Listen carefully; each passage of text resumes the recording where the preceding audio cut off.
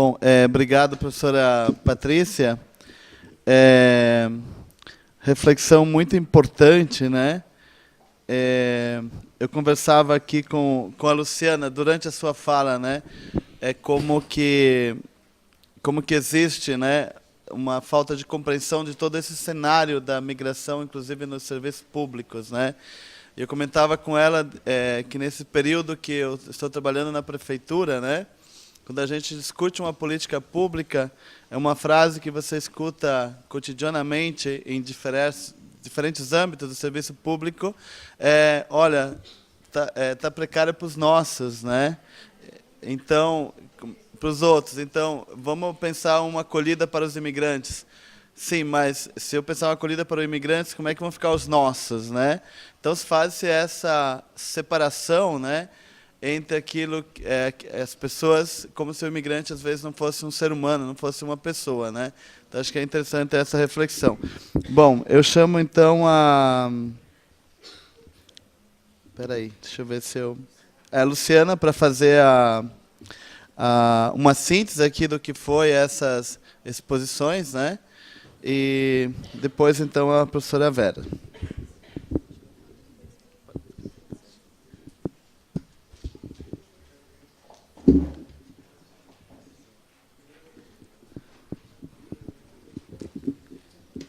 Bom, aproveito a oportunidade para dizer que estou muito contente de estar participando desse evento.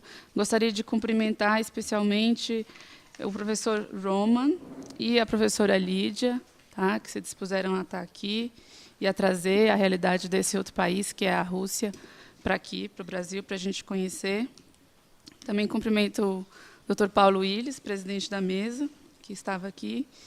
E gostaria de dizer também que esse tema das migrações, ele especialmente quando a gente pensa em globalização, é um tema absolutamente atual. Eu acredito que vários países do mundo enfrentam desafios relacionados às migrações e às políticas públicas, e isso foi bastante evidenciado em todas as falas aqui ditas. A fala do professor Roman trouxe essa realidade da migração chinesa, que eu particularmente não conhecia, né, como que a migração chinesa é importante, tem um traço importante para a Rússia, embora a Rússia não seja o principal receptor de imigrantes chineses, está entre os principais países. Na fala da professora Lídia, me chamou bastante a atenção a questão dos direitos reprodutivos, da saúde sexual e reprodutiva das imigrantes mulheres, porque a gente está falando de um público específico que migra e que demanda serviços públicos especializados, né, sob pena de serem mais excluídos do que os homens. Isso é uma realidade. Inclusive, aqui no Brasil, um problema que a gente tem e que deriva da clandestinidade é que o migrante clandestino ele não só está submetido, muitas vezes, a uma situação de trabalho degradante, mas também aquela mulher que muitas vezes é vítima de violência de gênero e é migrante clandestina, ela não tem acesso aos serviços públicos, né, para combater esse tipo de violência, exatamente porque ela está ali encarcerada por conta de uma situação de clandestinidade. Então, essa questão da migração olhada sob a ótica de gênero e sobre a ótica da feminização, ela é muito importante, porque o público de imigrantes mulheres é um público especial e que migra com todas as questões econômicas, mas também carrega consigo todas as questões de gênero, né? Então, isso é um desafio para as políticas públicas.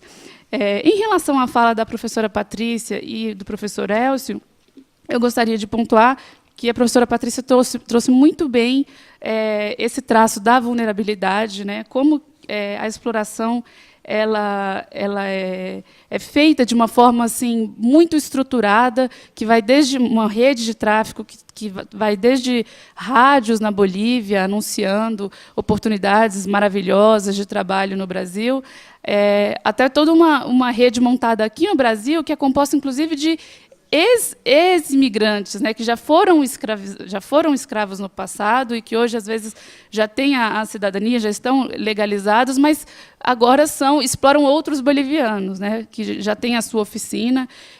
Como auditora fiscal do trabalho, já tive a oportunidade de participar de operações de resgate desses bolivianos e vi essa triste realidade de ver alguém que já foi explorado e que agora explora pessoas que estão chegando. E, enfim, acho que vale a pena contar um pequeno caso, que foi quando a gente começou a fazer esses resgates em 2010, um dos desafios que nós, do Ministério do Trabalho, enfrentamos foi o seguinte: bom, nós vamos resgatar essas pessoas e o que será que vai acontecer? Será que a Secretaria de Inspeção do Trabalho vai glosar esse seguro-desemprego para essas pessoas porque elas não são nacionais? Quer dizer, então, essa questão do nacional, não nacional, é uma questão que está sempre aparecendo, até mesmo dentro da política pública, dentro do desafio das pessoas que estão tentando fazer alguma coisa. Quer dizer, são desafios internos, né? Então, acho que esse seminário ele é extremamente oportuno, o tema é muito importante e eu parabenizo todos que estiveram aqui compondo essa mesa hoje.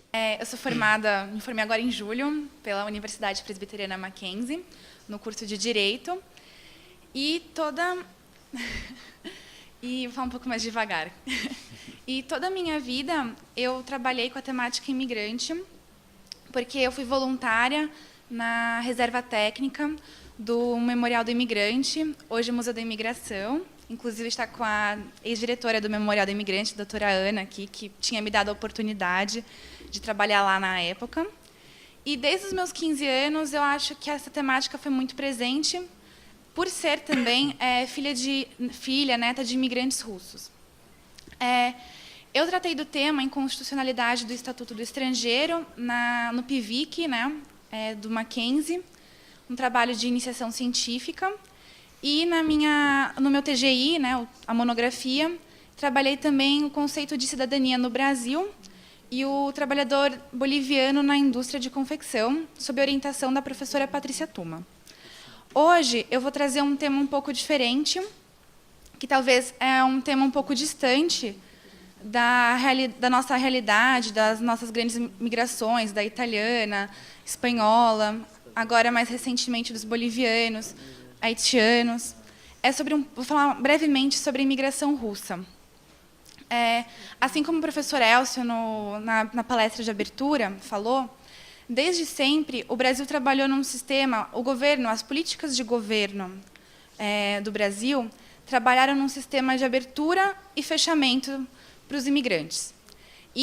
Os primeiros registros que a gente tem de imigrantes aqui no Brasil datam do começo do século XIX, ainda na época que a corte portuguesa se mudou para o Rio de Janeiro. Os primeiros imigrantes, por incrível que pareça, as pessoas não conhecem muito isso, foram os chineses. O Dom João ele pediu que viessem imigrantes chineses justamente por causa do interesse que ele ainda tinha no comércio de especiarias. E isso não é muito relatado assim, historicamente aqui no Brasil.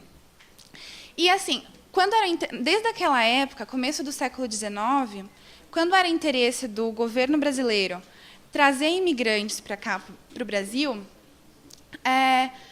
faziam-se políticas, faziam verdadeiras campanhas para trazer os imigrantes.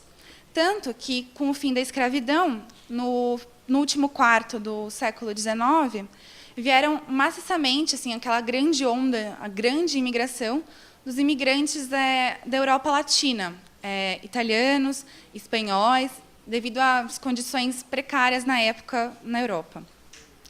Para os imigrantes russos, também não foi diferente.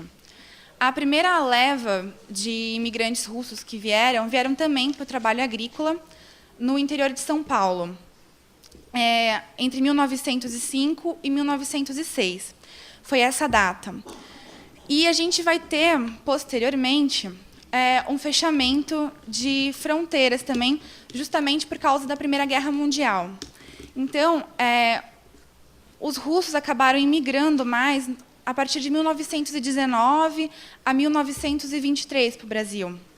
Justamente porque a Primeira Guerra Mundial chegou ao fim, em 1918, a gente vai ter uma abertura nas fronteiras europeias e uma campanha um pouco mais antiga do governo brasileiro para atrair imigrantes para cá.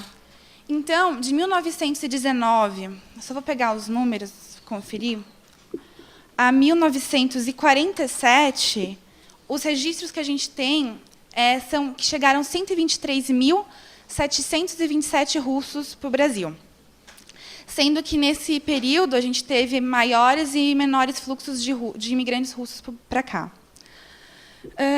O importante salientar também que a gente não tem, eu já falei várias vezes também, em outras palestras que eu dei, ou conversando com professores a respeito do tema, o número exato de imigrantes russos que vieram para o Brasil.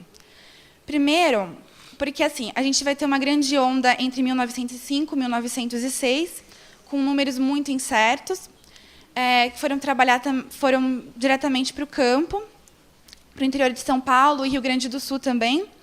E depois, a gente vai ter, entre 1919, como eu já havia falado, a 1923, russos que vieram, brancos, fugidos da Guerra Civil Russa, fugidos da Primeira Guerra Mundial. Só que, depois, a gente vai ter uma meio que estagnação na política migratória brasileira, depois de 1918, vieram muito menos imigrantes para cá. Primeiro, porque a gente vai ter duas grandes greves, em 1917 e 1918, aqui no Brasil, greves operárias de imigrantes. E, a partir do momento que o Estado brasileiro percebeu, olha, os imigrantes não são simplesmente uma peça da locomotiva das indústrias, da locomotiva da agricultura, eles são sujeitos de direito, a gente vai ter uma mudança na política migratória, um fechamento, praticamente. Só que o que acontece? Principalmente em São Paulo, em 1950, a gente vai ter a retomada das políticas migratórias pelo governo brasileiro. Por quê? Porque a gente vai ter o começo da modernização do Parque Industrial Paulista. Então, a indústria começou a se modernizar e o governo brasileiro estava precisando de mão de obra especializada para a indústria. Então, em 1950, após a Segunda Guerra Mundial, quando as fronteiras começaram a ficar um pouco mais tênues, a gente vai ter uma nova leva de imigrantes. Só que os imigrantes russos que vieram de 1953 até 1967, a gente tem uma chegada nesse segundo grande fluxo de imigrantes russos. São de imigrantes russos oriundos de outros países que vieram como refugiados. A gente não tem um número certo, a gente só tem estimativas que de outros países, como China, Áustria, França e todos os países bálticos, Lituânia, Estônia, que faziam parte da União Soviética, tem uma estimativa de 25 mil russos que vieram para cá, mas esses dados também são controversos, porque a gente não tem uma real estimativa, a gente não teve como controlar. Muitos vieram como refugiados ou com outros passaportes que não um passaporte soviético. Então, a gente não tem como saber ao certo. E eu espero, no futuro, trabalhar para que a gente possa levantar todo esse numerário de russos que vieram para o Brasil, porque é muito importante a gente conhecer um pouco da história do Brasil também, porque os imigrantes russos foram muito importantes, apesar de terem vindo em menor número. E fazem parte da história do Brasil, fazem parte da história de muita gente que mora aqui, e a gente precisa conhecer isso. Então, agora a gente tem um novo fluxo de imigrantes russos vindo para o Brasil, que sofrem com muitas dificuldades também, um pouco menos que dos imigrantes bolivianos, dos imigrantes haitianos, talvez talvez pela comunidade russa aqui no Brasil, a gente acabar ajudando muito, não são números tão grandes quanto dos imigrantes latinos.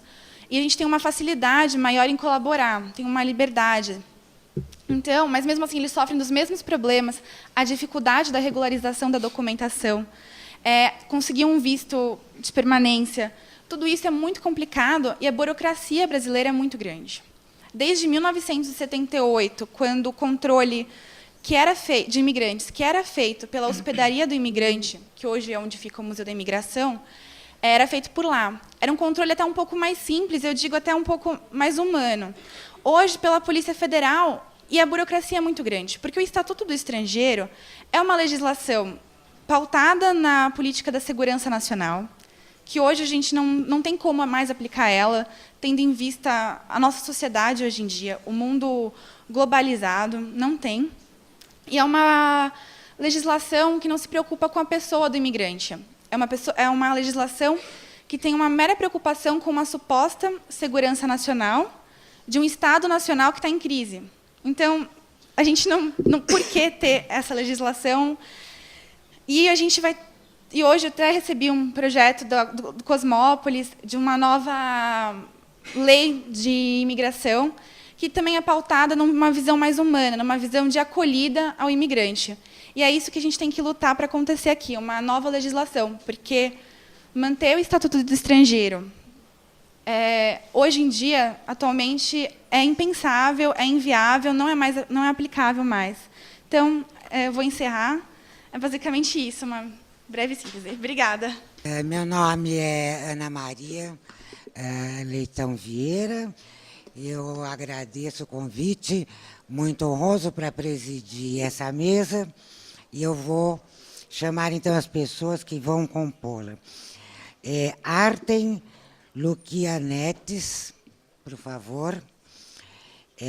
O Artem é doutor em Economia, pesquisador sênior do Centro de Demografia Social e Sociologia Econômica, do Instituto de Sociopolítica de Pesquisa da Academia de Ciências da Rússia, Moscou.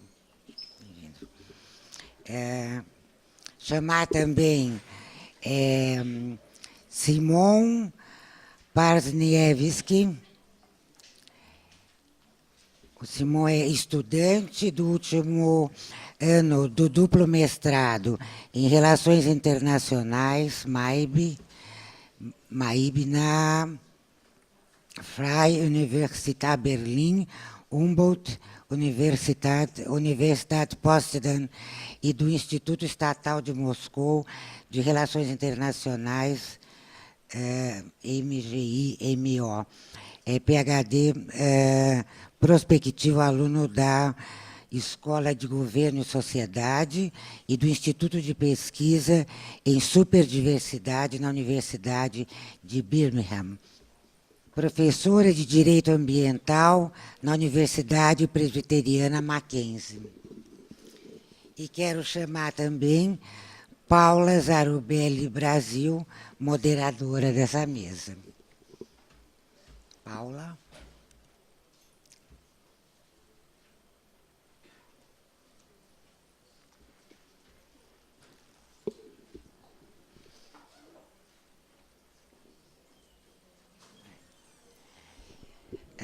Eu vou falar brevemente, porque é importante a gente escutar os palestrantes para situar um pouco a minha posição nesse encontro.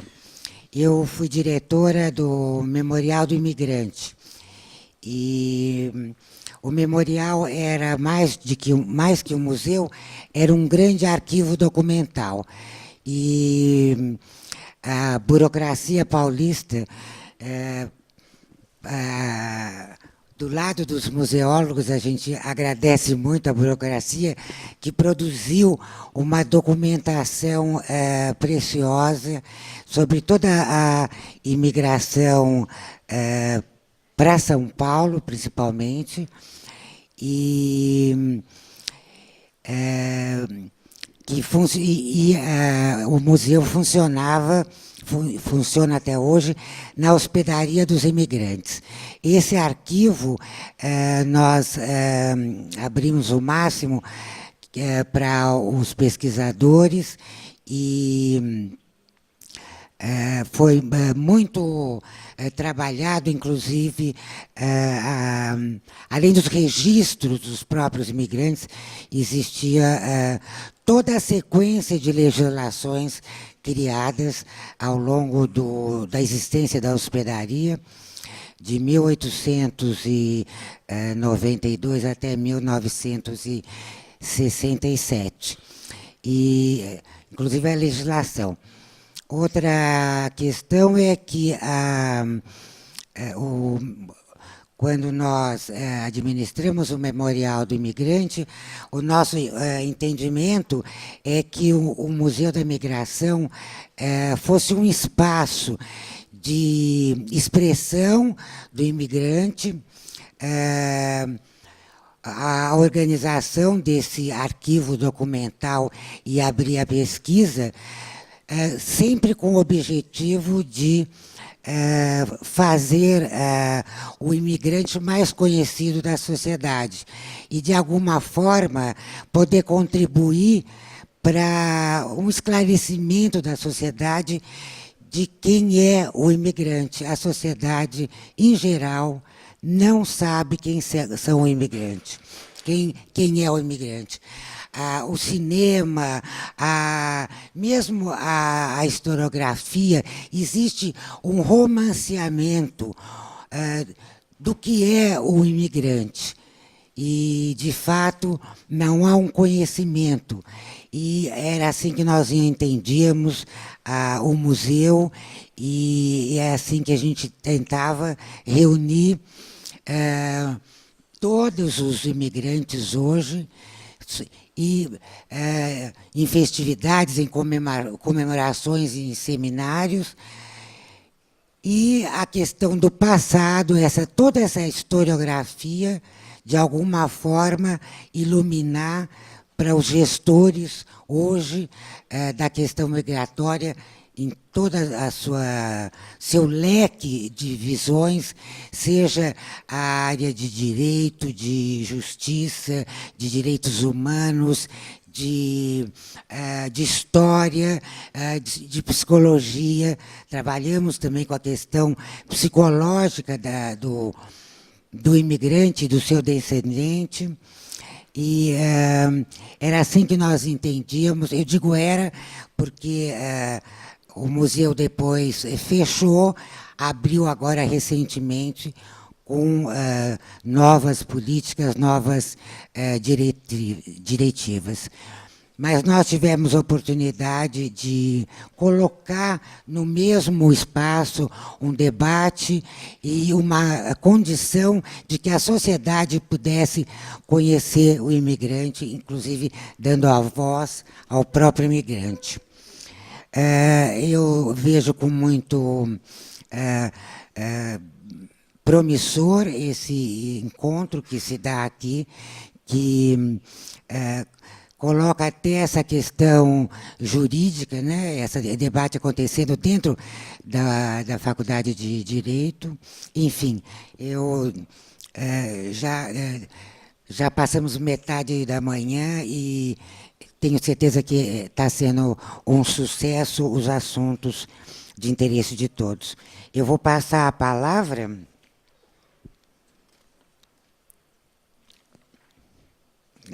ao primeiro,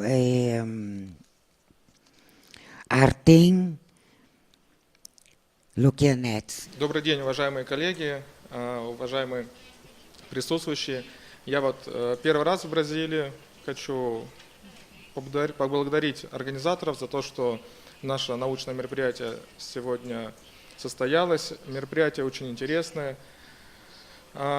Конечно, хотелось бы, чтобы такие встречи проводились, если не часто, то хотя бы на регулярной основе, потому что мы сейчас рассматриваем проблемы, вроде бы, с одной стороны, кажущиеся настолько противоположными, да, Таджикистан с нашей стороны, Боливия, перуанские мигранты отсюда, но на самом деле можно выявить и проследить закономерности, которые можно и должны решаться не только на уровне власти, да, на уровне государств, но и на уровне научного сообщества. Я бы сегодня хотел в двух словах рассказать про наше исследование. Оно немного, может быть, имеет тематику не совсем ту, что, допустим, какие темы сегодня были, но тематика, безусловно, очень актуальная. Эта тема касается проблемы глобального потепления, глобального изменения климата и моделирования миграционных потоков, которые вызываются данным явлением.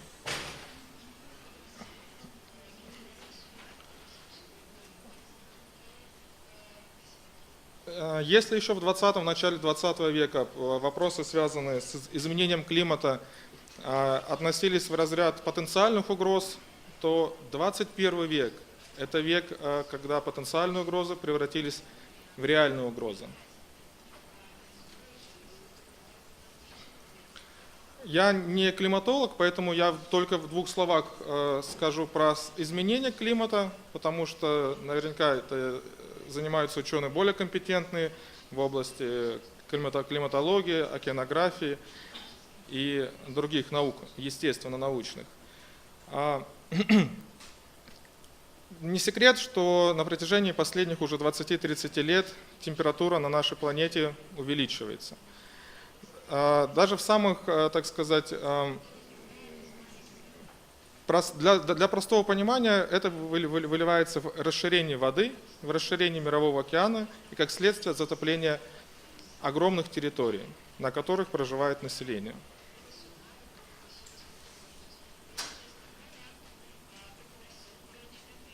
Причины данного явления очень разнообразные. Непосредственно мы их классифицировали как внутренние и внешние. Внутренние – это причины естественного земного характера, к которым можно отнести и тектоническое движение пород, и уровень солнечной активности. То есть это те причины, на которые человечество не может как-то повлиять.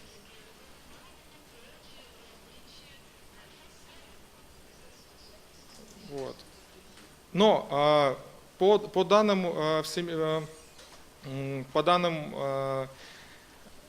международной организации, по данным специалистов ООН, 90% причин, которые вызывают изменение температуры, изменение климата, это причины так называемого внешнего характера, а именно связанные с деятельностью человека на Земле. Какие же последствия наблюдаются в глобальном изменении? Это в первую очередь изменение уровня Мирового океана. Изменение климата на отдельных территориях, которые проявляются как в засухе, так в увеличении, с другой стороны, количества выпадаемых осадков, учащение таких негативных явлений, как цунами, шторм и другие. Одно из основных направлений сейчас научного изучения влияния глобального изменения климата заключается в продовольственной безопасности. До 75% всех научных работ посвящены в области глобального изменения климата, посвящены именно проблемам продовольственной безопасности. И только крайне незначительное число научных работ посвящено еще такой стороне этого явления, то есть изменению климата, как миграция населения, которая вызвана изменением климата. Это, то есть, массовая миграция.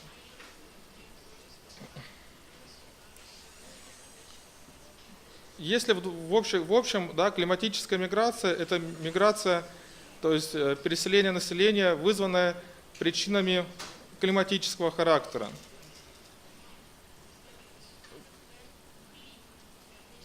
В частности, ряд ученых из Колумбийского университета называют таких еще мигрантов климатические беженцы, что в принципе тождественно. Мы проанализировали их работы. По данным Всемирного банка, в зону риска входят, конечно, в первую очередь страны, имеющие большую морскую границу или которые находятся практически или окруженные полностью или в большей степени морем, и океаном. На данном слайде представлены такие страны, как Индия, Вьетнам, Мьянма, Филиппины, Гаити, Таиланд. Это только самые, так сказать, проранжированные, более, так сказать, уязвимые страны.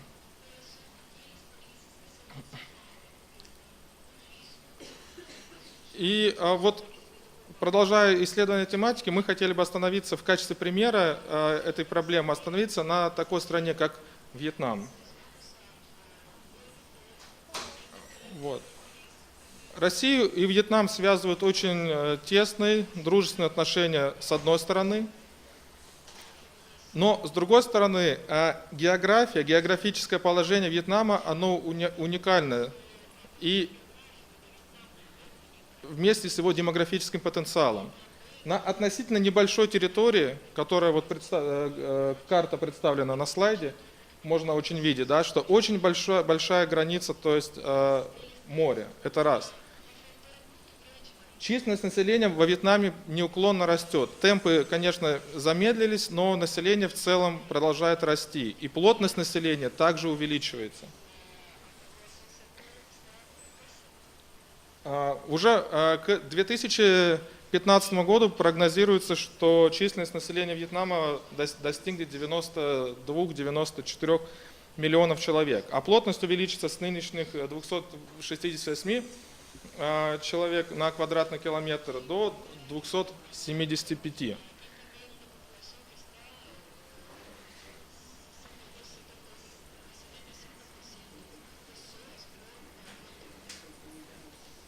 Вот. Также по данным уже исследований вьетнамских коллег, увеличение к 2040 году при нынешних тенденциях произойдет увеличение уровня моря, то есть Мирового океана, на 30 сантиметров, что в конечном итоге приведет к снижению территории Вьетнама, да, снижению плодородия почв и их засолению.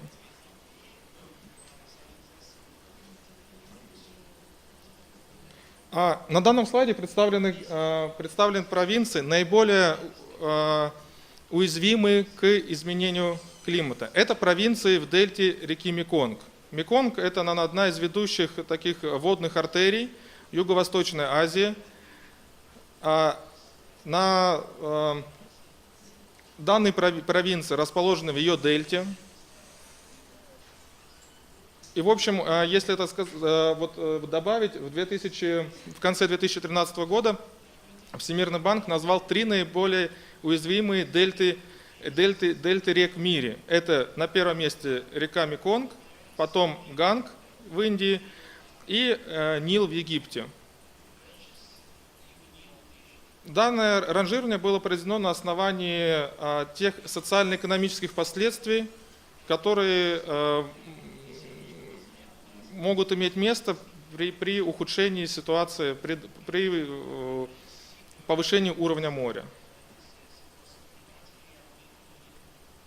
Вот. И теперь бы я хотел более конкретно остановиться на миграции населения. Вот из данного слайда видно, вот красным выделено, что это на данный момент это то, что уже в этих провинциях уже были проведены достаточно глубокие исследования, как самими вьетнамскими коллегами с привлечением ученых, в первую очередь, из Европы и Соединенных Штатов Америки. Сейчас, на данный момент, уже порядка 6 миллионов человек нуждаются в переселении. То есть это те 6 миллионов человек, которые уже в какой-то степени страдают от глобального изменения климата. В процессе нашего исследования, на самом деле, мы сталкиваемся с рядом непонимания, в частности, с некоторых наших коллег, называя эти проблемы надуманные, да, что на протяжении многих веков эти проблемы были наводнения, были цунами, были шторма, и ничего страшного в этом не было. Но не надо забывать, что население земного шара растет, и растет оно крайне непропорционально. Растет оно в первую очередь в странах Африки, в странах Юго-Восточной Азии. Сегодня очень много говорили о вопросах, о проблеме нелегальной миграции. Вот наше исследование, оно, кстати, поддержано государственными фондами России, в частности, Российским гуманитарно-научным фондом и Вьетнамским государственным фондом. Вот, что показывает тематику нашего исследования очень актуальную. И основная цель нашего исследования – это предсказать возможность сценария массового перемещения людей То есть и сделать данную миграцию, перенести ее из разряда неконтролируемой, неорганизованной в организованный контролируемый. Потому что мы все знаем, к чему приводят массовые нелегальные потоки мигрантов. Причем это происходит на каждом континенте. От итальянцев, да, в Италии есть проблемы, когда тысячи нелегальных граждан, в первую очередь со стороны Африки, высаживаются на острове Лампедуза. В Соединенных Штатах Америки, вот в Бразилии, вот как сегодня, допустим, было сказано. И наша страна, Россия, тоже не исключение. Наше исследование мы хотим показать, что вот проблема изменения климата – это не проблема одного Вьетнама, это не проблема, например, Филиппин, которые в еще большей степени уязвимы. Власти Филиппин не один год уже пытаются в прямом смысле слова купить территорию у других стран, там, менее, допустим, богатых, только для того, чтобы при возможных катаклизмах, которые с каждым годом все чаще происходят на данных территориях.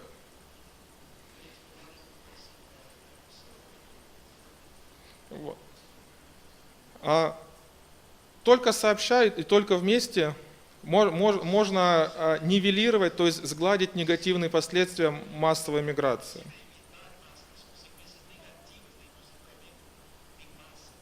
Потому что данные проблемы существуют во всех странах мира, ну, по крайней мере, вот, независимо от того, континента, религии, языка и каких-то других аспектов. И вот я хотел бы еще представить несколько фотографий. Это вот относительно свежие фотографии. Это вот дельта реки Меконг,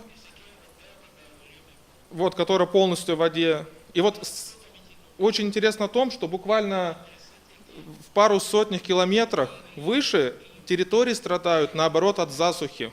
И там проблема нехватки воды.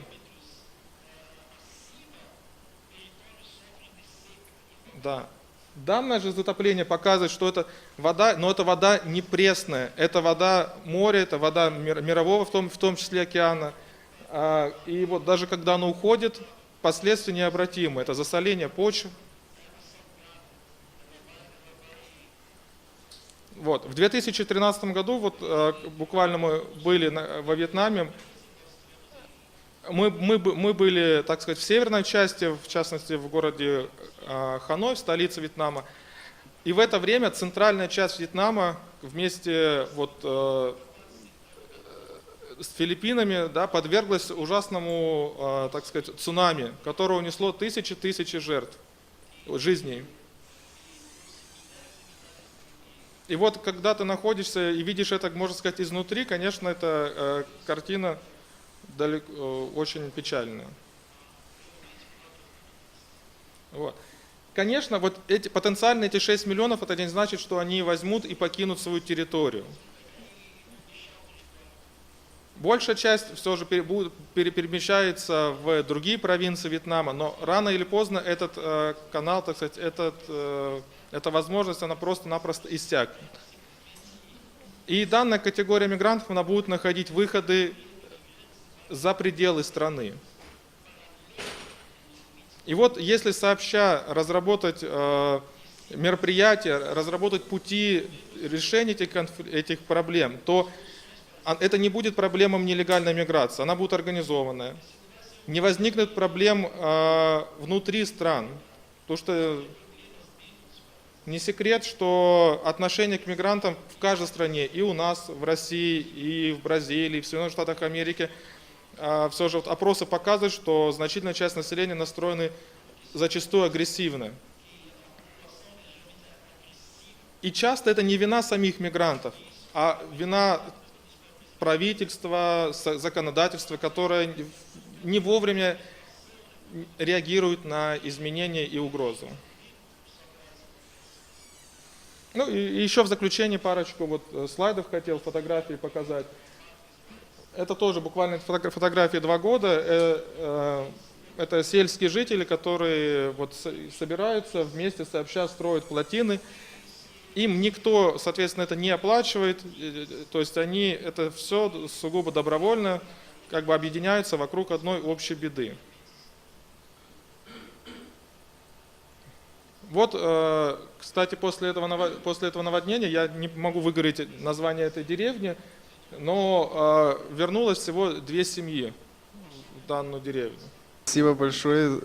Я хочу тоже, как коллеги, поблагодарить за возможность, что мы можем здесь выступать в рамках этого семинара. Я очень доволен, что здесь нахожусь, потому что мы уже слышали такие разные аспекты в презентациях. Я надеюсь, что моя презентация, она как-то в каком-то смысле соединит тематику политических решений миграционных вопросов и общности населения, отношения к вопросам мигрантов, как воспринимаются мигранты в обществе.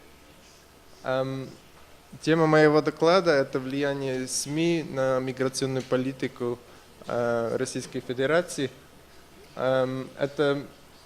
Эту тему я занимался год, когда был в Москве в рамках двойной программы магистратуры. Я ее буду продолжать тоже в университете Бирмингема в Великобритании.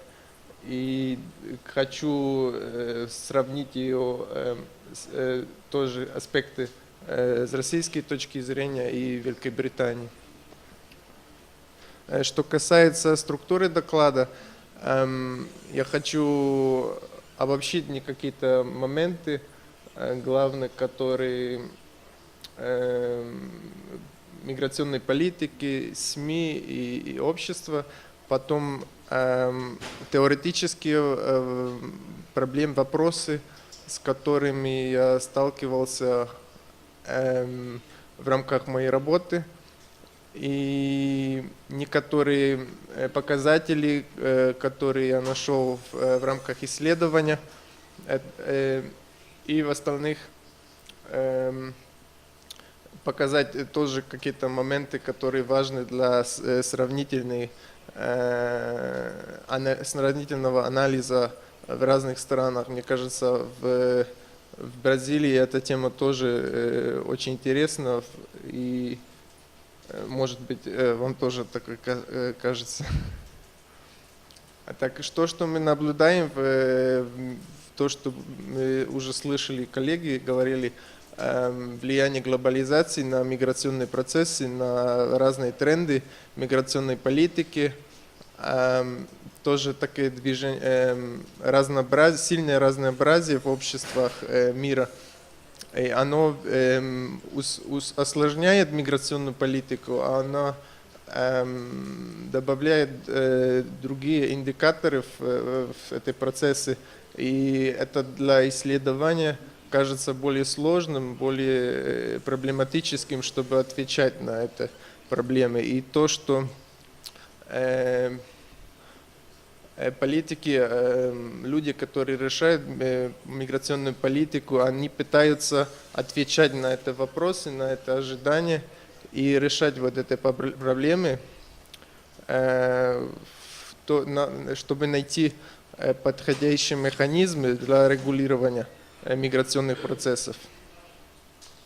И здесь вот в моей анализе, в моем исследовании я пытаюсь смотреть с точки зрения внутри государства, а как в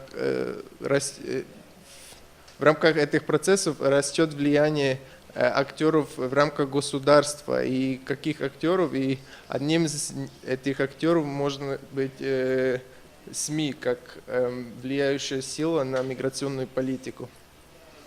И я считаю, что роль СМИ в решении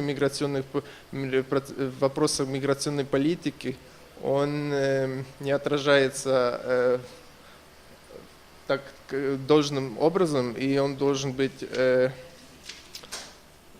роль должна быть учитывана в процессах формулирования миграционной политики.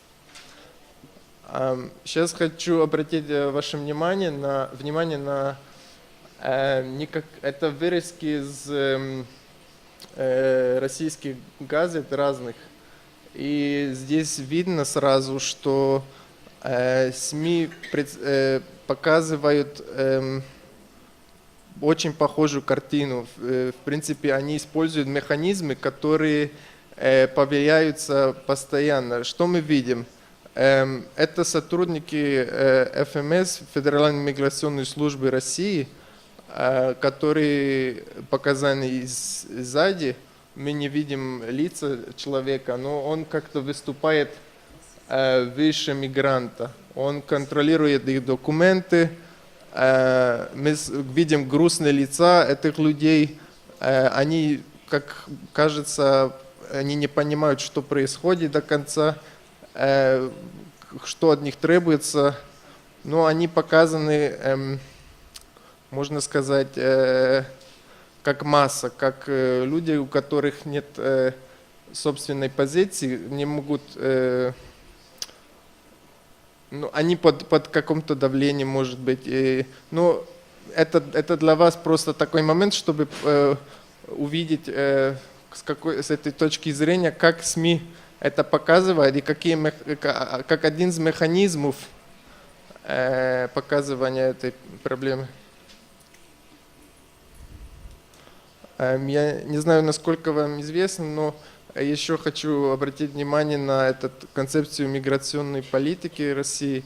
Она очень важна с точки зрения моего исследования, потому что в самом главном, она делится на 3 части. Первая часть разработки миграционной политики, вторая часть это процессы адаптации, имплементации миграционной политики и мониторинга. И остальная часть это мониторинг и разработка процессов на базе того, что будет. Поэтому я буду фокусироваться в главном на первые две части этого периода миграционной политики. Так, дальше хочу обратить ваше внимание на теоретические вопросы, с какими я сталкивался.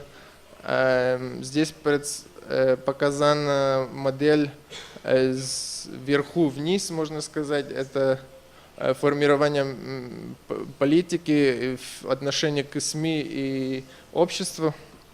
И на базе вот этой модели я разработал другую модель, предлагаю другую модель, которая более инклюзивная. Она включает это проблем, о чем я говорил сначала, значит, растущее разнообразие и глобализацию. И что мы видим? Вот в рамках международной international realm это влияние глобализации и разнообразия. И другую часть можно выделить внутри государственные отношения органов, решающих миграционную политику, СМИ, которые формулируют, которые показывают вопросы миграционные, и их отношения тоже в плане того, что происходит с миграционными вопросами и общества как такового. Но еще есть, конечно, другие, я не буду подробнее рассказывать об этом, есть еще другие концепции, теории, которые я тоже хочу включить в мое исследование, которые показывают более процессы решения политики как таковой, миграционной политики и какие механизмы должны быть использованы, чтобы она была более эффективным,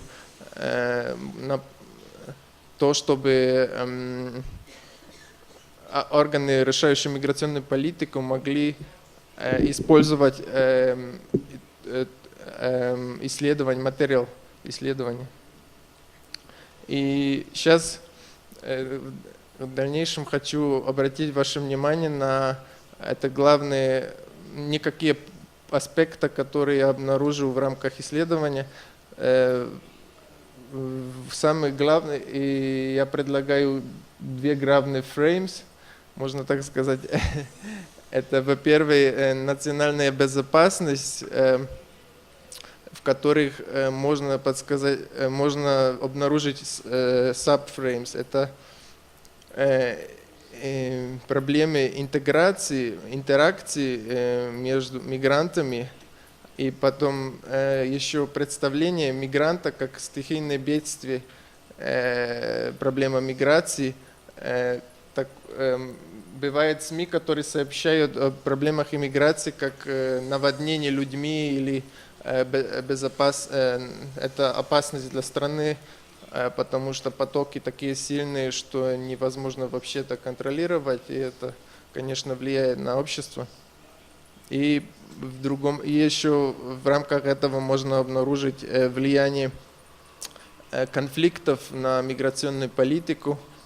Это тоже очень интересная тема для исследования, и на настоящий момент то, что конфликт на Украине, он тоже, наверное, имеет какие-то значения для миграционной политики России, и он очень актуален как вопрос. И во-вторых, это human protection, это, как можно сказать, безопасность лишняя людей и мигрантов. И это имеет двойной смысл с точки зрения общества российского и с точки зрения мигранта. Значит, мигранты часто показываются как товар, как то, что раньше коллеги говорили, как сила рабственная сила, которая употребляется международными компаниями для дешевой рабочей силы. И во-вторых, еще можно обнаружить в рамках этого как такую формулировку, в которой СМИ употребляют человек кавказской национальности, которая раньше считалась более негативной, но она, можно сказать, более-менее сейчас в разных аспектах кажется нейтральной, можно быть. Просто СМИ его употребляют как определение какие-то группы мигрантов в стране. И в-третьих, это мигрант как особа, которая приносит ценности или культурные, или лингвистические в страну, и это тоже может повлиять на в культурном отношении. И во-вторых, я причислил, выделяю в долгосрочном плане развития миграционной политики с перспективы СМИ, и в которой можно выделить образец мигранта, который формулируется на протяжении нескольких лет работы СМИ или сообщения об миграционных проблемах. Потом надо обратить внимание еще на перспективы в регионах, как СМИ, региональные СМИ представляют это, и тоже в отличие от районов, таких как, например, Москва, которые очень сильно смешано, можно полиэтнический город, можно сказать. Так, и дальше еще, с другой стороны, я наблюдал в исследовании влияние главных моментов, и вот в рамках этого можно обнаружить три главные пункта. Это моменты внутри государства, которые влияют на миграционную политику, на представление СМИ миграционной политики. Это могут быть какие-то обнаружения группы нелегальных мигрантов в Москве или подмосковском районе, или другие примеры. Во-вторых, это может быть в рамках международного влияния, и могут быть и тоже главные моменты, которые влияют на эту политику. И в-третьих, это политические лица или гражданские общества, которые тоже пытаются повлиять через СМИ на миграционную политику и отражать ее в данном виде. И вот эти еще то, что хочу подвижиться дальше и перспективам показать дальшего исследования, как буду дальше работать над сравнительным анализом с другими странами, может быть, даже Бразилию. То, что главное для меня в исследовании, чтобы и показать, какие есть главные инструменты государства в процессе формулирования миграционной политики, какие факторы могут влиять на миграционную политику, какие главные проблемы возникают в связи с тем, что роль акторов внутри государства растет, и как органы власти или органы, формулирующие миграционную политику, как они могут отвечать на эти вопросы в краткосрочной, долгосрочной перспективе. На этом методе не буду рассказывать, но то, что главное в исследовании, хочу показать, что самое важное для роли СМИ в миграционной политике, чтобы это то, чтобы связать роль академии, исследований в процессах формирования миграционной политики, чтобы учитывать роль СМИ, учитывать те факторы, которые появляются через процессы глобализации, и показывать разницы этого влияния в разных контекстах и в разных странах в рамках сравнительного анализа. И это то, чтобы, я думаю, не буду больше времени занимать. Спасибо большое, надеюсь, это было вам интересно. Gostaria de cumprimentar a mesa, Ana Maria, a Paula e os nossos amigos Artem e Simon. Não sei se pronunciei corretamente, mas e primeiro começar por dizer spasiba a vocês e a Patrícia por ter me convidado para falar nesse seminário internacional.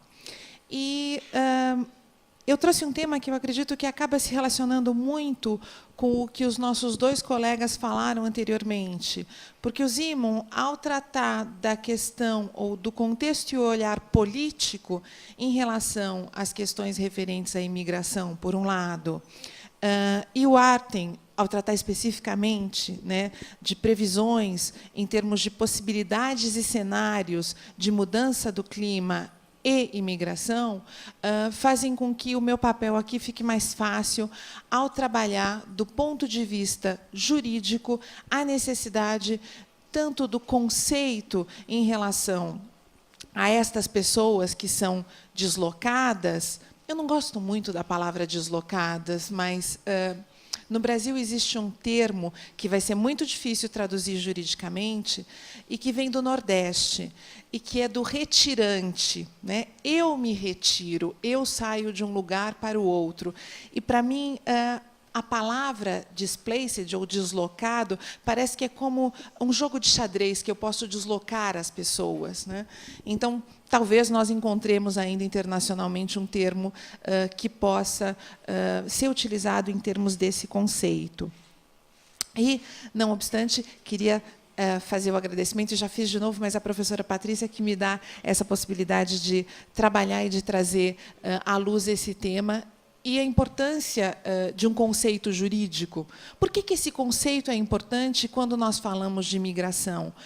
Porque atrás desse conceito, juridicamente, está o status dessa pessoa, a garantia ou não de direitos para esse ser humano, que está mudando de um país por uma razão ou por outra. E, especificamente, o que eu quero apontar é a questão da mudança climática e das questões ambientais. Então, para trabalhar esta questão de uma nova categoria jurídica, e que direitos estariam atrelados a essa nova categoria jurídica, eu vou falar em 2 pontos, brevemente, porque os nossos estômagos estão começando a reclamar, estamos nos aproximando do horário de almoço, sobre como designá-las, essas pessoas. Refugiados ambientais, refugiados do clima, refugiados da mudança climática, e qual proteção legal pode ser dada, ou nós estamos, ou temos que refletir acerca desse tipo de proteção para estas pessoas. Bom, o Artem já falou muito sobre essa questão de mudanças do clima, dos efeitos do clima, e a Convenção das Nações Unidas sobre mudança do clima nos traz 2 questões: a de mitigação, ou seja, diminuição dos gases de efeito estufa, e de adaptação. Como é que nós estamos enfrentando estas questões?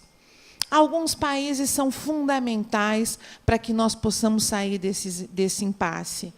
E, entre eles, estão os Estados Unidos, a União Europeia e a China, cujas emissões correspondem a aproximadamente 63% do total das emissões de gases de efeito estufa. Eles são chamados, de acordo com Viola, um professor de Relações Internacionais, como as grandes potências climáticas. E nós? Nós estamos em que local ou em que posição? Nós, junto com os nossos amigos russos, com a Índia, com a África do Sul e a China, que é uma grande potência climática, fazemos parte dos chamados ou das médias potências climáticas, ou seja, nós somos responsáveis por aproximadamente entre 25% e 30% das emissões de gases de efeito estufa. Ou seja, se não houver um acordo envolvendo estes países, nós estamos diante de um impasse. E um impasse que tem reflexos até em como as políticas domésticas ou como os países resolvem as suas políticas domésticas em relação ao clima. Alguns fatores influenciam esses países. Fatores quantitativos, como, por exemplo, o PIB, como, por exemplo, o total de emissões, ou ainda a questão de eficiência energética.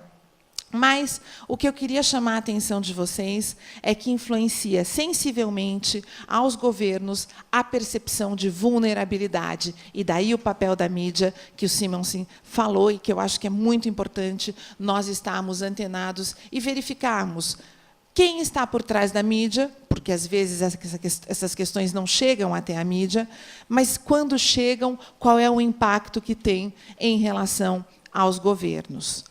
Bom, nós podemos, então, nos perguntar para onde nós estamos indo agora. Aqui em São Paulo, nós estamos vivendo uma grande seca, um grande problema relacionado à mudança climática, mas a atenção da mídia ou a correlação para que isso seja visto como uma questão ou um fenômeno devido à alteração climática, ainda, na minha opinião, é muito pequena essa atenção ou essa colocação.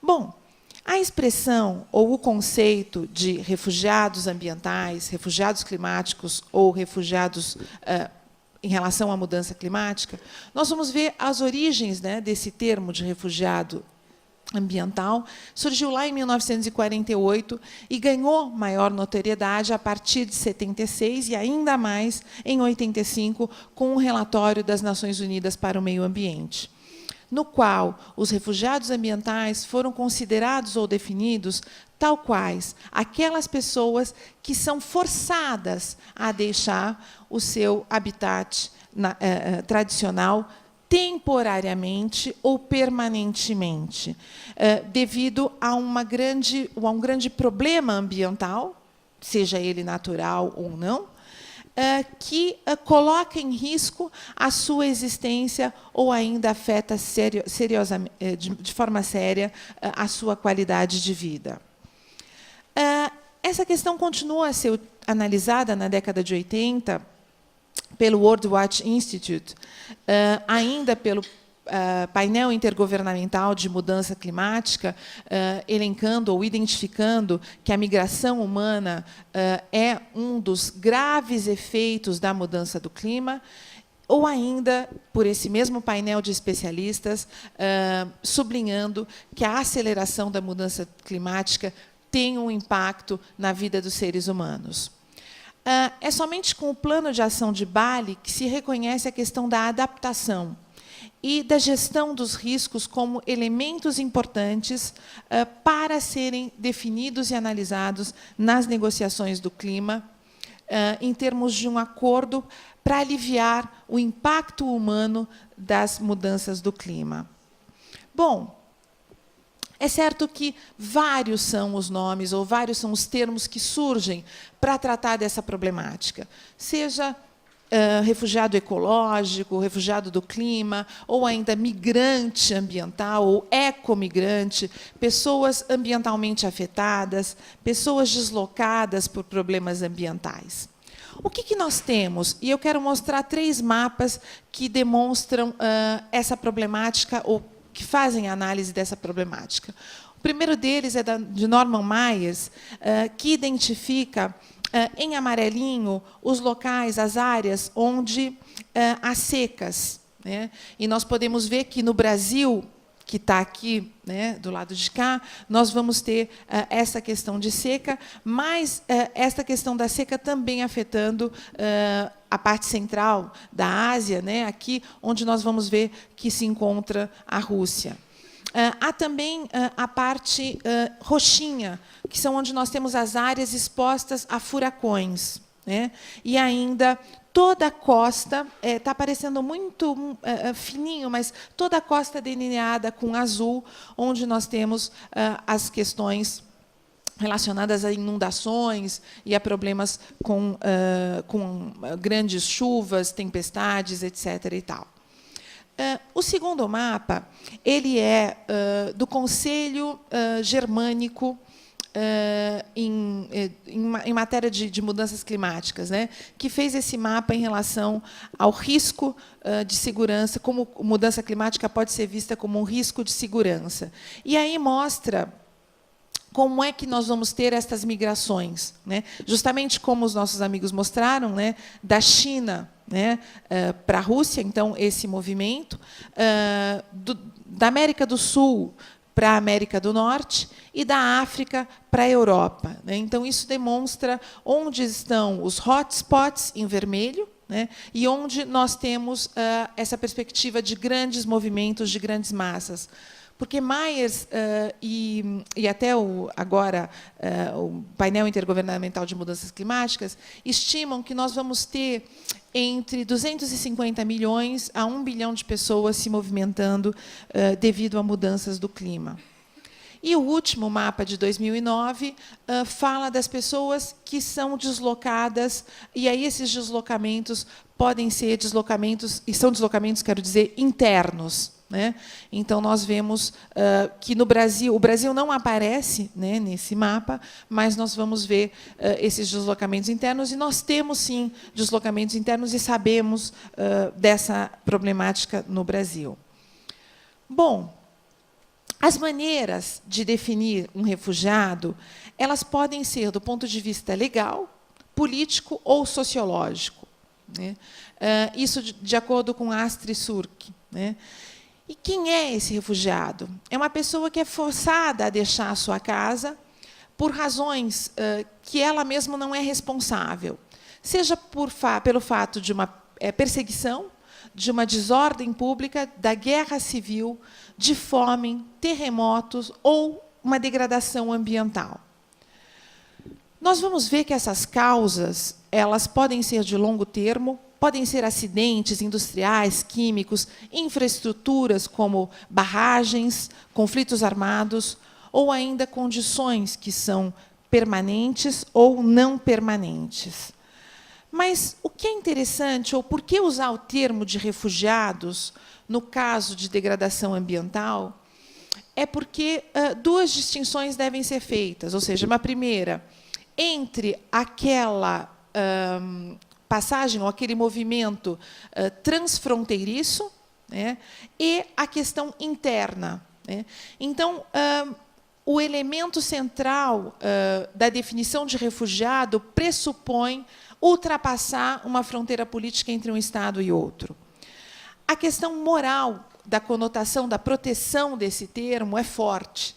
E daí porque alguns autores consideram que seria importante, sim, entre eles o Birman e o Boas, nós falarmos de refugiados ambientais ou refugiados climáticos. Essa nova categoria, né, seria importante para nós considerarmos também este olhar, tanto interno quanto entre as fronteiras políticas.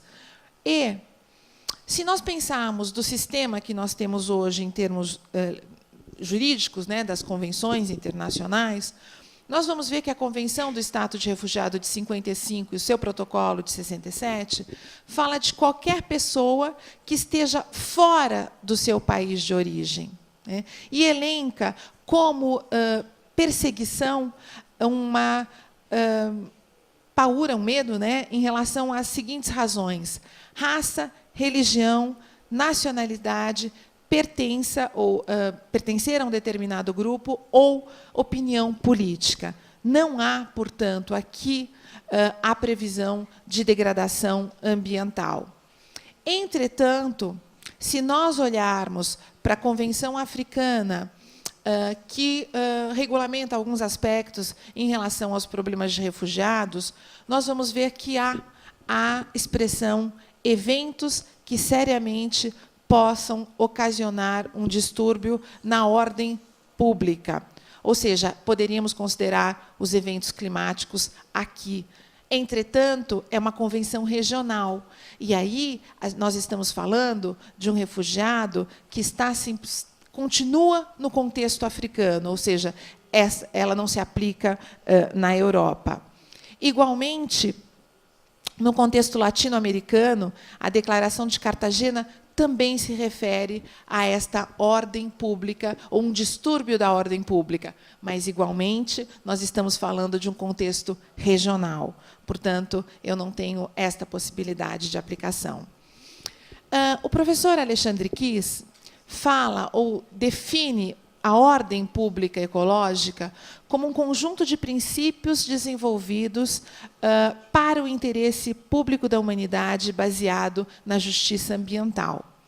Aqui, talvez, uma perspectiva...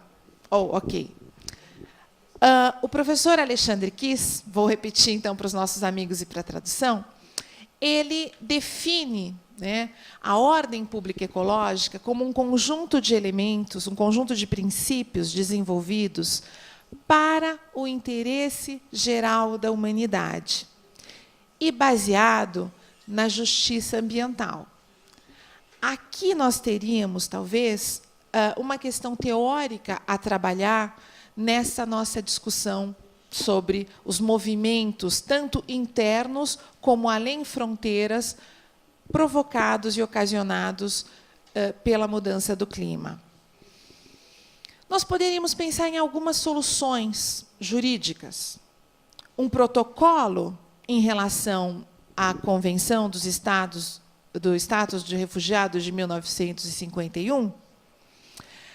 Há controvérsias, porque a Comissão de Refugiados das Nações Unidas, do Alto Comissariado das Nações Unidas, ele já lida com aproximadamente 10 milhões de refugiados.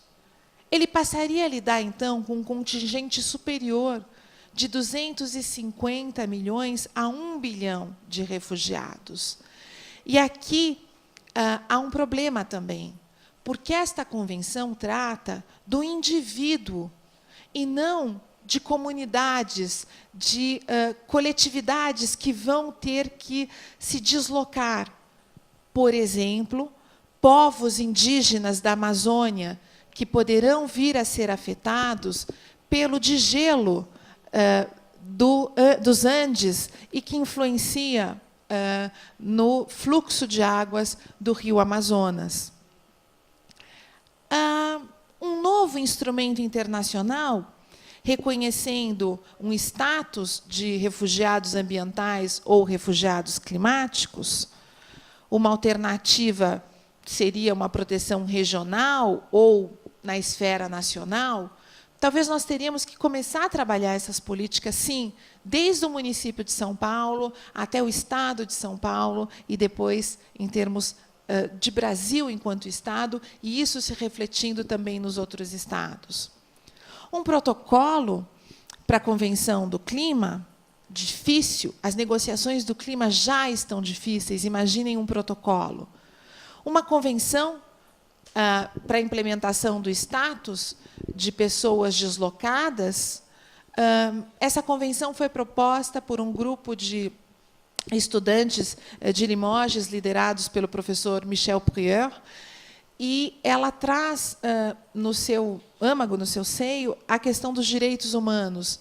Entretanto, ela ainda não trata da questão, por exemplo, de povos tradicionais, como os povos indígenas ou outras comunidades tradicionais.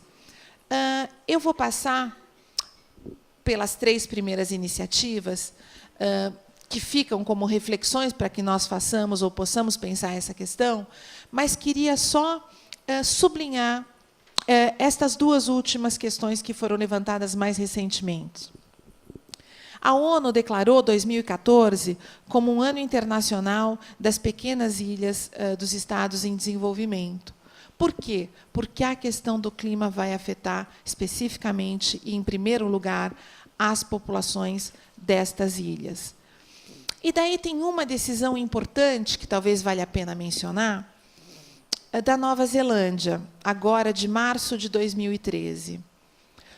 Uma família do senhor Alessana, de Tuvalu, uma pequena ilha ali do Pacífico, deixou Tuvalu em 2007.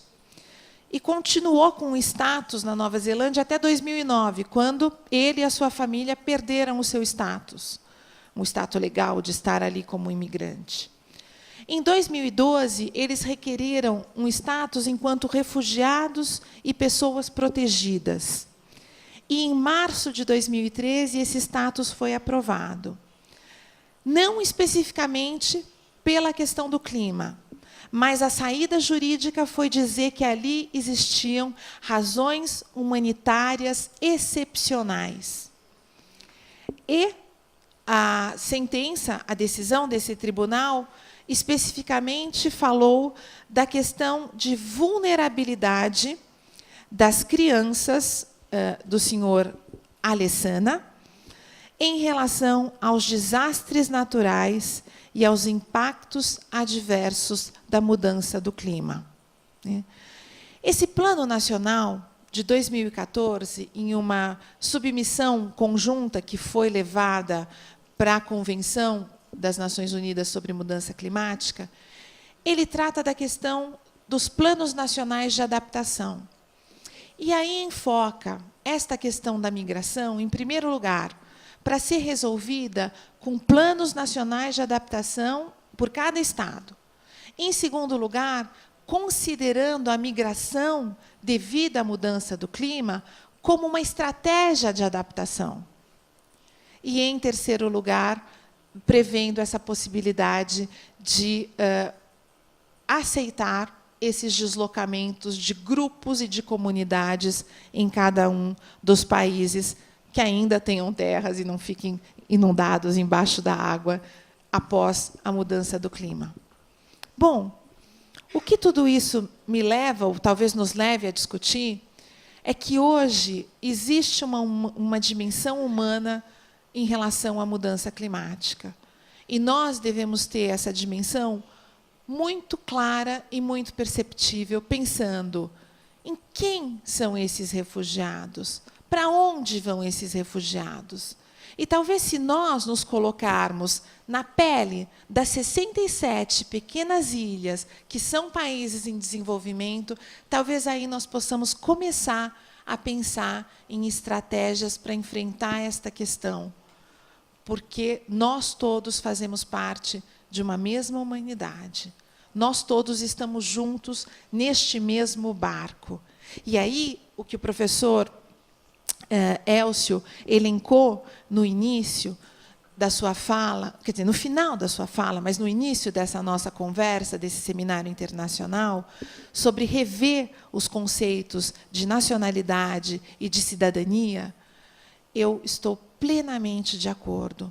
Nós temos que pensar em uma cidadania planetária.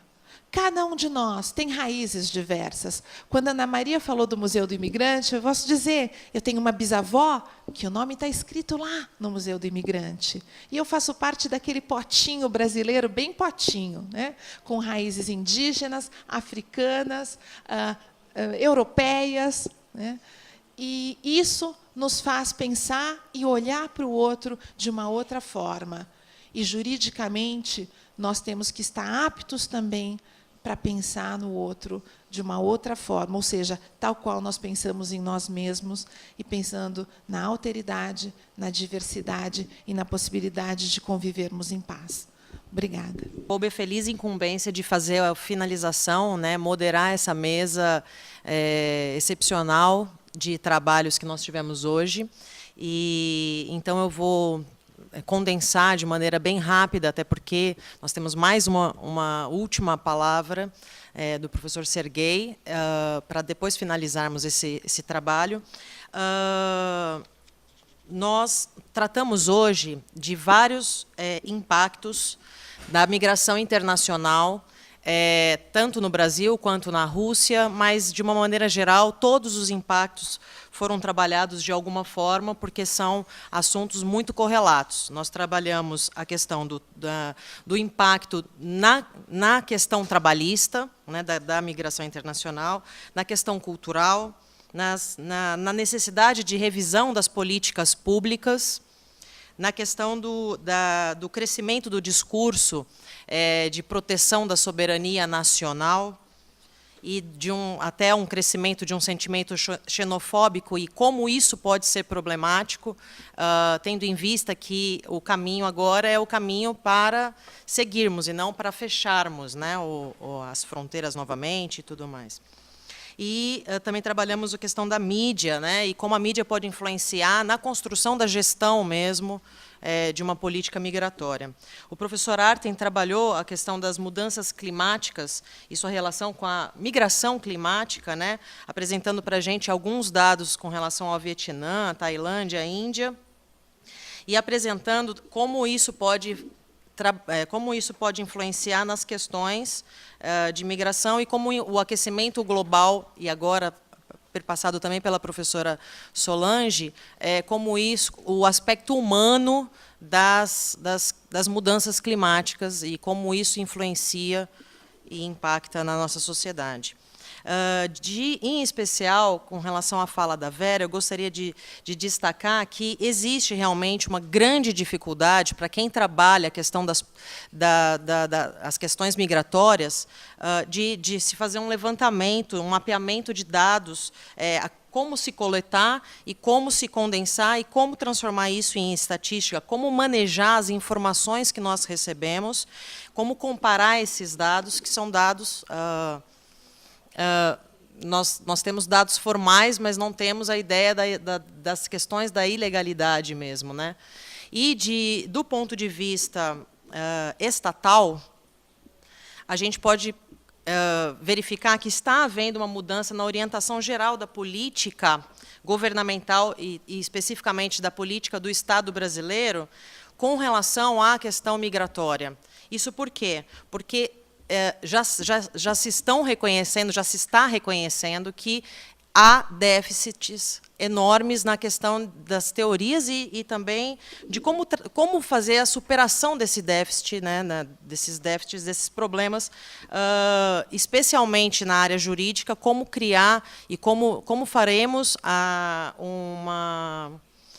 uma construção de um novo marco legal que procure privilegiar e que trate cada uma dessas questões, e que não seja mais calcado, então, naquela ótica fechada, nacionalista, de soberania e de proteção das fronteiras nacionais, e sim que seja calcado, pautado numa visão de direitos humanos, né, materialmente alcançáveis, e não simplesmente formalmente estabelecidos num plano legal. Hoje o Brasil, a ideia do atendimento dos estrangeiros e o acolhimento dos estrangeiros é feito por um órgão, é um órgão da Polícia Federal, e que afinal de contas, ela atua com uma ótica de penalista, né, de direito penal, vendo ainda o estrangeiro com um certo cuidado, um certo distanciamento. E os demais órgãos que trabalham funcionam também com uma ótica cartorial, né? Então, fornecer ou não fornecer documentos e como proceder dentro de uma burocracia que não está calcada, não está pautada na proteção da pessoa humana, né? Mas está acontecendo uma mudança dos paradigmas e na construção mesmo da gestão migratória brasileira. O ano de 2013 foi muito importante para o Brasil em termos disso, porque tivemos a designação da comissão de especialistas para a mudança do estatuto, né, dos estrangeiros, que não vai mais chamar Estatuto dos Estrangeiros. Existia uma grande discussão até com relação à nomenclatura que se adotaria, se seria de política migratória, lei de política migratória, lei de política para migrantes. A gente ainda não tem essa configuração. Houve uma conferência municipal em São Paulo para políticas públicas de imigrantes, que foi no final do ano passado. Esse ano já aconteceu a Comigrar, que é uma Conferência Nacional de Migrações e Refúgio, com diversas participações de delegados e dos diversos órgãos públicos. Além disso, a gente tem, então, a criação, né, com o Paulo Willis, que esteve aqui falando com a gente, da Comissão de da Coordenação de Política Migratória, porque São Paulo é uma cidade muito importante, que não se tem mapeado. Ele está em busca da academia para ajudá-los, né, a mapear quantos migrantes, onde estão, quem são, em quais condições, e particularmente, eu estou muito feliz em participar como auxiliar de pesquisa, numa pesquisa feita pelo IPEA, que é o Instituto de Pesquisa e Economia Aplicada, em parceria com a Secretaria de Assuntos Legislativos, para descobrir e mapear os principais obstáculos para se acessar esses direitos, migrante e até uma questão de status, né? Enquanto você está indocumentado, você tem diversos outros problemas que o documentado já não passa tanto. Como é a questão, e principalmente, qual os mecanismos de proteção complementar para os refugiados ambientais, que hoje estão tratados com vistos humanitários, né? Enfim, para finalizar, eu gostaria de ressaltar que esse evento, professor Artem, o senhor falou que é muito importante esse espaço de interlocução, e então nós chamamos esse evento de primeiro seminário, né, de migrações internacionais, Seminário Internacional Brasil-Rússia, mas que seja apenas que seja um primeiro passo, um primeiro momento, e que possamos repetir outros, aprofundando ainda mais essa temática. Mas eu gostaria de compartilhar com vocês a minha imensa satisfação e felicidade em verificar que a academia, que deve ser um espaço para um locus privilegiado de discussão crítica para a mudança e para a alteração dessa realidade, que essa academia esteja fazendo isso em tão alto nível. Obrigada. Eu queria pedir à Luciana Veloso, aluna do nosso doutorado, que entregasse aqui as a pequena lembrança do Mackenzie e os certificados para os membros dessa banca, dessa mesa, o professor Artem, o professor Simon. Mais uma vez, agradecer a participação de todos, agradecer a participação da professora Solange, que eu já não acho mais. Oi, professora, está escondida. E a participação da Paula como moderadora, aluna do nosso programa de pós-graduação em nível de doutorado, que trata da temática das migrações. Então, eu quero crer que, para um evento do programa, seja muito importante a gente ter a participação dos nossos alunos, e seja muito importante também a participação de uma aluna recém-egressa da graduação, como a Vera, que tem toda uma vocação para os estudos migratórios. Então, eu faço minhas as palavras da Paula quando propõe que esse seja um primeiro seminário. Então, podemos voltar a conversar sobre isso. E agora eu me sinto bastante honrada de chamar... Eu quero o nome completo, porque de chamar o professor Sergei Ryazantev, que foi com quem eu estabeleci o primeiro contato por meio da Vera, quase um ano atrás. Tudo parece feito assim, né? Com um estalar de dedos, mas esse processo demorou quase um ano, a gente tentando acertar datas, tentando acertar esse encontro, né, que hoje se concretiza de uma forma tão exitosa. Volto a dizer o que disse no início, que não é tão importante a quantidade, para nós é importante a qualidade das participações, da presença. A temática é muito específica. Então, o professor Sergei, ele é membro correspondente da Academia Russa de Ciências, doutor em Economia, professor-chefe do Centro de Demografia Social e Sociologia Econômica, Instituto de Estudos Sociopolíticos da Academia de Ciências da Rússia, Moscou. Com ele, a palavra. Bom dia a todos. Первый раз, я не первый раз в Бразилии. Я очень полюбил вашу страну. Мне здесь очень приятно, и я чувствую себя здесь почти как дома. Но я первый раз присутствую на конференции, которая имеет такой эмоциональный накал. Я бы даже сказал, переходящие в какие-то страсти, обсуждение проблем миграции. Это очень приятно.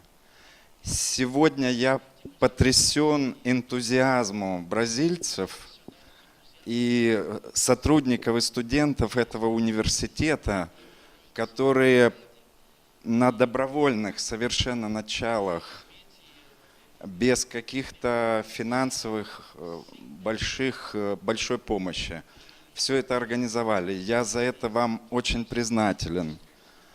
Большое вам спасибо за это.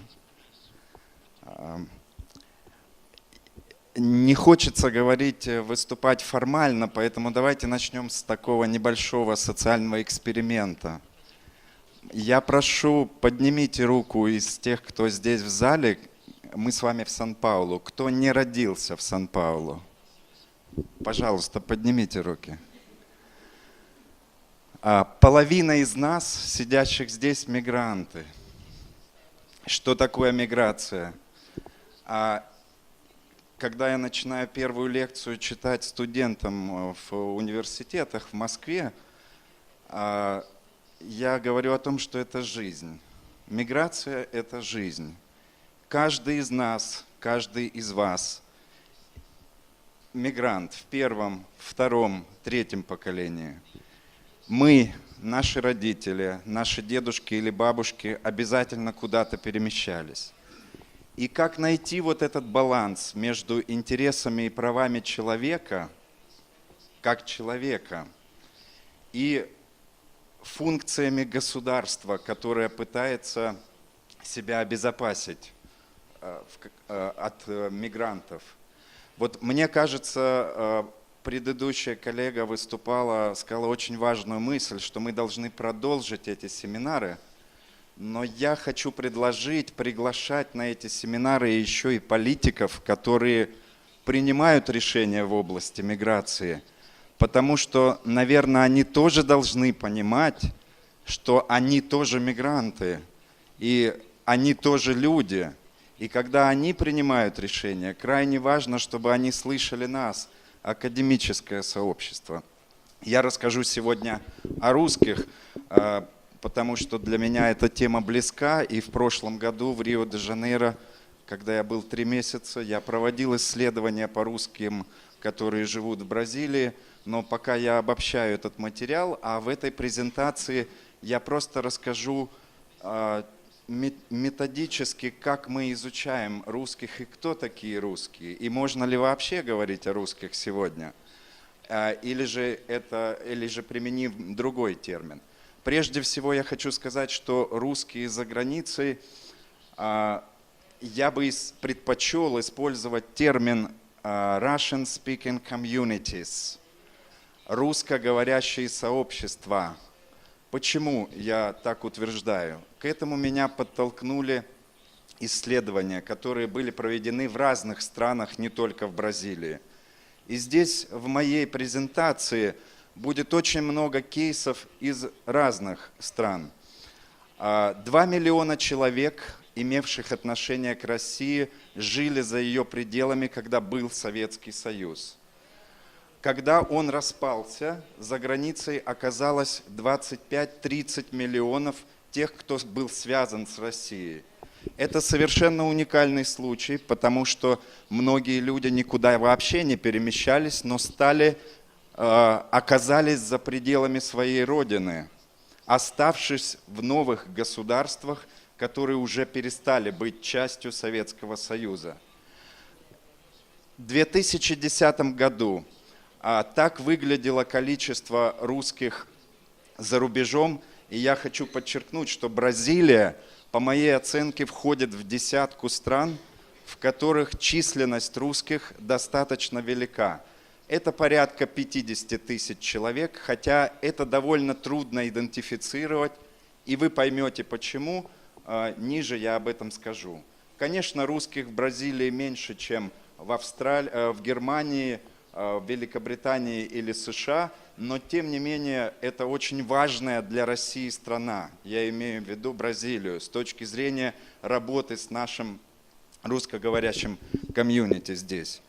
Так выглядит карта, на которой видно места концентрации или страны концентрации русскоговорящих комьюнити в мире. Это данные одного из крупнейших российских агентств, которое проводит социологические опросы. Я хочу сказать, что за последние годы в России люди, которые настроены на эмиграцию, поменяли свои географические приоритеты. Сегодня страны Латинской Америки, которые входят в первую группу других стран, стали местом притяжения русских мигрантов. Это весьма любопытная новая тенденция. Сегодня для России Латинская Америка даже иногда более интересна с точки зрения потенциальной иммиграции, чем, например, США или Канада, которые в этих опросах занимают теперь меньший процент. Я не буду читать всех цифр. Несколько слов о том, каковы особенности русскоговорящих комьюнити. Первое, как мне кажется, особенность русских в том, что эта группа крайне разнообразна по этничности, религии, социальному и политическому статусу. Часто в разных странах мира русскими называют не обязательно русских, а тех, кто имеет какую-то связь с Россией, говорит по-русски. Например, во многих странах к ним относят украинцев, чеченцев, армян и так далее. Это первая особенность. Вторая особенность. Русские в большинстве стран очень успешно ассимилируют и интегрируют в новое общество. Вера говорила о проблемах, которые имеют русские мигранты в Бразилии, например. Но в целом русские очень хорошо интегрируются в общество. Это, с одной стороны, хорошо для принимающих обществ, но с другой стороны, плохо, потому что я находил такие примеры, когда во втором поколении люди уже забывали даже русский язык и не использовали его. То есть это как бы палка о двух концах. Третье. Русские не являются очень консолидированной группой. Они часто живут разрозненно, они часто не общаются, мало компактных поселений, например, таких как вот Брайтон-Бич в Нью-Йорке, но это совершенно особые случаи. Еще одна особенность заключается в том, что очень много русских, я сказал, никуда не мигрировали, но стали жить за пределами страны. Вот это очень важная тоже особенность для России. И, наконец, вот мои теоретические выводы мои такие. То есть, почему я говорю communities, но не диаспора? Именно потому, что вы слышали выше. Почему я говорю communities, но не community? Потому что их много, они очень разные. И когда мы хотим сказать «русские за границей», это не значит, что это одна единая масса. Это совершенно разнообразный конгломерат групп, которые представлены и имеют разные цели, установки и потенциал. И я говорю не русские, а я говорю Russian speaking, потому что именно это более четко, мне кажется, обозначает рамки этого объекта. Несколько слов теперь об источниках, как можно определить, идентифицировать русских. Их 4 у нас в России. В Бразилии сложнее, потому что русские не выделяются в статистике отдельно, и сложно здесь работать со статистикой было в Бразилии. Но по русским данным происходит следующее. Мы имеем, например, данные по постоянной эмиграции из России, то есть те, кто выехал за рубеж жить постоянно. Это Германия, США, здесь нет Бразилии в списке этих стран. Но проблема в том, что эта статистика в России, к сожалению, очень сильно административно зациклена на изменении жилья. И поэтому, если человек, например, уехал куда-то жить, но сохранил квартиру в Москве или России, и туда только приезжает иногда, его эта статистика не будет понимать, не будет видеть. Кто выезжает по этим данным? Это в основном люди, вы видите, по возрасту, представленные разных возрастных групп. Второй источник информации. Мы имеем данные по временной миграции. Это те, кто поехал работать за границу на какое-то время. Посмотрите, пожалуйста, что Америка, куда относится в данном случае Бразилия, Америка как континент, сегодня стоит на первом месте, куда стремятся трудовые мигранты из России. Правда, роль Америки снижается, но я хочу подчеркнуть, что она снижается за счет в основном стран традиционной миграции, таких как США и Канада. В то же самое время, как я сказал раньше, Латинская Америка сегодня в России как направление иммиграции очень популярна. В России даже действует много фирм, которые готовы за плату ориентировать потенциальных мигрантов, куда можно поехать, чтобы приобрести гражданство, чтобы инвестировать деньги в недвижимость, чтобы вложить деньги в бизнес. И это целый сегодня поток. По направлениям эмиграции я сказал. Это страны эмиграции, временной эмиграции, я подчеркну, временной трудовой эмиграции. Это регионы эмиграции из России. Интересно, что уровень трудовой эмиграции выше в приграничных регионах. Тут я думаю, что мы имеем дело с совершенно новым формированием новой установки. Люди, живущие в приграничных районах, гораздо более активно участвуют в эмиграции. У них существует особый, если хотите, даже менталитет, ориентация на эмиграцию. Мужчины и женщины – это трудовые эмигранты, это возраст. Третья часть – это молодые люди, которые готовы к эмиграции. Это уровень образования. Обратите внимание, что русская временная эмиграция имеет очень высокий уровень образования.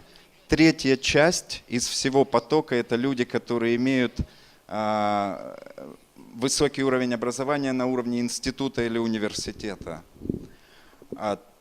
Третий источник – это данные Министерства иностранных дел, но особенность этих данных в том, что, к сожалению, в наших посольствах и консульствах не регистрируются все те, кто живет фактически в той или иной стране. Поэтому эти данные, конечно, в силу вот этих особенностей, они занижены.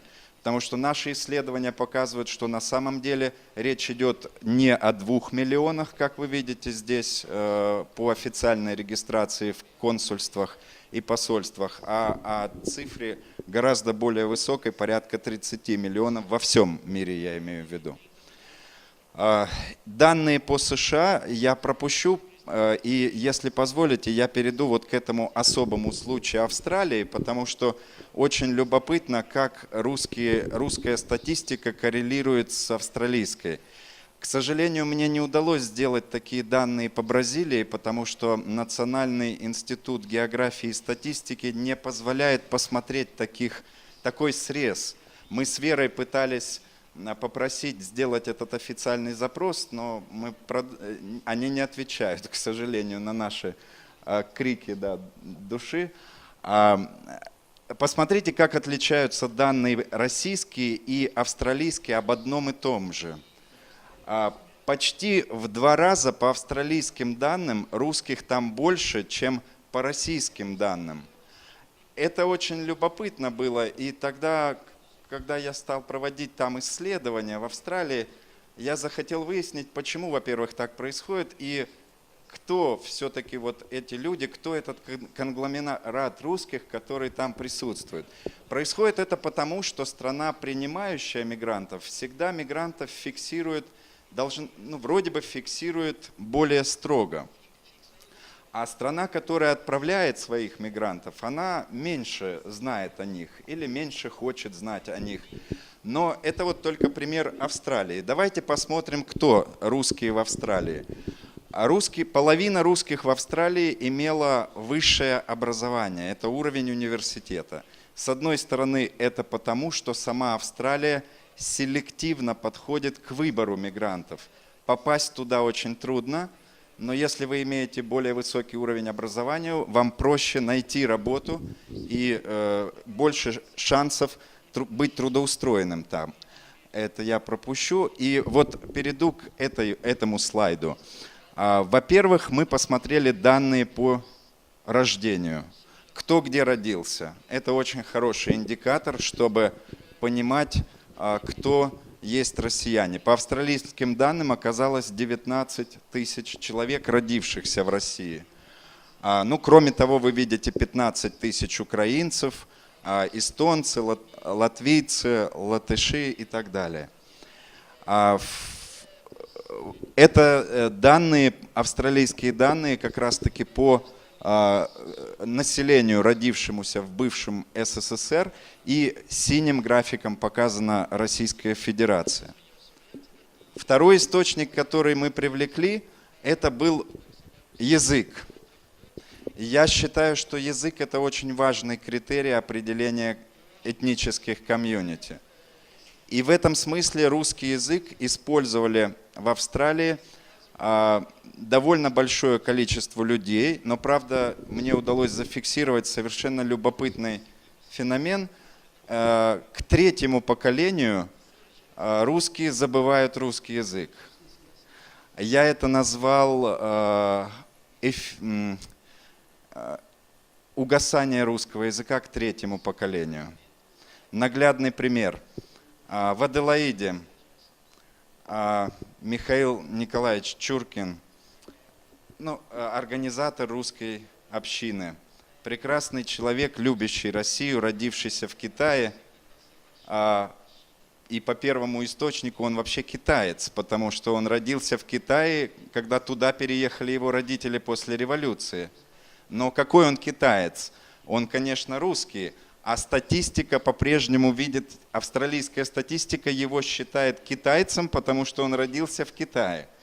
Вот это наглядный пример того, как статистика часто искажает реальную жизнь.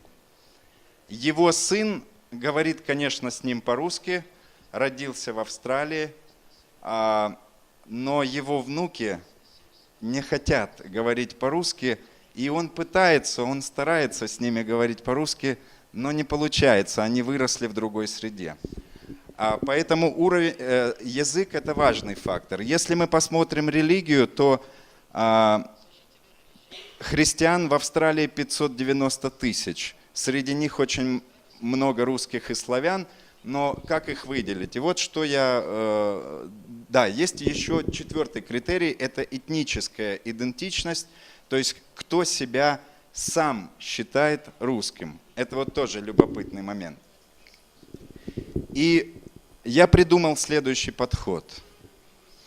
Мне показалось, что чтобы вообще сосчитать русских в Австралии, надо взять какую-то среднюю величину от всех вот этих факторов.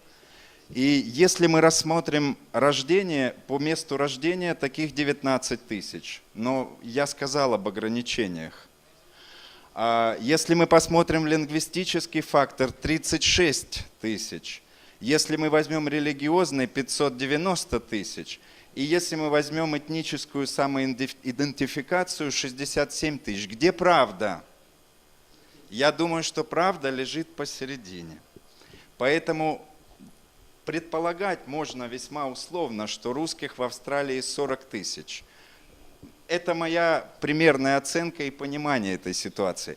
Но даже это не главное. Я хотел этим примером показать то, что сегодня у нас была очень такая большая дискуссия о том, как найти вот эту грань, баланс между интересами государства и правами человека. И вот я думаю, что государству нужно, как посылающему мигрантов, например, России, так и принимающему Бразилии, надо найти какую-то золотую середину с точки зрения и понимания того, кто есть мигранты. Они есть люди. Во-первых, люди. Знаете, есть такая еще поговорка: звали рабочую силу, а приехали люди. С их проблемами здоровья, зарплаты, положения, семьей, детьми. И поэтому, вот именно поэтому я хочу сказать, что инструменты оценки миграции и инструменты контроля миграции все-таки должны быть гуманными, должны находить золотую середину между двумя вот этими фундаментальными особенностями. Давайте на следующие семинары приглашать наших чиновников, чтобы они тоже понимали миграцию не как формальный процесс, а как процесс, который касается их и людей. Спасибо вам за внимание. Это был официальный мой доклад. Но я хочу еще сделать подарки, потому что наши бразильские коллеги, я хочу опередить вас сейчас, пока вы мне не подарили подарок. Я хочу, у нас ежегодно в Академии наук мы организуем конференцию, которая называется «Миграционные мосты в Евразии». Ну, Евразия, понятно, это большой континент. Почему миграционный мост? Я специально, это было 6 раз уже в Москве, но я придумал это название «Миграционный мост». Вот почему, я объясню. Миграция – это всегда процесс двухсторонний. Есть страна, которая посылает мигрантов и которая принимает. До тех пор, пока одна страна будет закрываться, а другая будет пытаться отправить своих, чтобы избавиться от проблем, ничего не получится. Нужно строить мост, договариваться обеим сторонам этого моста. Только так можно продуктивно решить эти проблемы. У меня есть ощущение, что сегодня мы с вами продолжаем, мы начали строить, мы только на начале пути, новый мост между Россией и Бразилией. Мы две прекрасные, самодостаточные страны, которые, мне кажется, имеют мощный потенциал просто к тому, чтобы общаться, развиваться, помогать друг другу. И тем более есть рамки БРИКС, о котором тоже упоминал один из наших коллег в начале нашего семинара. И я очень хочу, чтобы этот наш мост, он выстраивался дальше, мы его развивали. И, может быть, наши бразильские коллеги приедут в Москву в следующий раз, потому что этот мост должен быть дорогой с двухсторонним движением. Спасибо вам большое. И я хочу вручить вот эти наши подарки, книги и плакаты о миграции. Можно, Артем, попросить вас? Профессору Патрисии и Анне Марии, потому что я сегодня был поражен вашей... И плакат тоже можно по российской миграции, который мы сделали с Международной организацией по миграции. И госпоже Анне Марии, потому что сегодня я был поражен вашей, ну если хотите, такой гуманистической позиции в отношении к миграции и мигрантам. К сожалению, в России нет музея миграции. Это наша большая, думаю, проблема, потому что очень важно, что в Бразилии он есть, что вы так относитесь к этому. Ну и спасибо вам за это. И госпоже Патрисии, конечно, за то, что вы взяли на себя вот эту тяжелую миссию организации этого семинара. Я понимаю, что это не принесет вам и нам никаких, может быть, материальных выгод, денег там и так далее, но спасибо вам за то, что вы к этому так открыты были душой, вы вложили душу в этот семинар. И это мы чувствуем, потому что, я думаю, меня поддержат мои коллеги. Таких эмоций мы не испытывали давно. Спасибо вам. Professor Serguei, em nome da Universidade Presbiteriana Mackenzie, eu entrego uma pequena lembrança ao senhor e o seu certificado. E quero dizer que a alma faz parte do nosso sonho, né? Nós acreditamos nesse mundo de menos diferenças entre os seres humanos, né? E fronteiras, fronteiras geográficas, elas são fictícias, né? Elas não têm a importância, no fundo, elas não têm a importância que os seres humanos querem fazer crer que elas tenham, né? Hoje nós vimos isso. Eu quero agradecer novamente ao consulado da Rússia, da Federação Russa no Brasil, na pessoa da cônsul Ekaterina Spinitskaya, desculpe.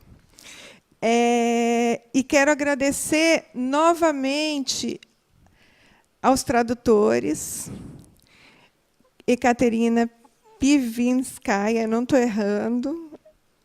Eu pensei que eu tivesse digitado errado, mas não foi. Os sobrenomes são complexos, são só parecidos, mas não são idênticos. E Vitor Selim, sem os quais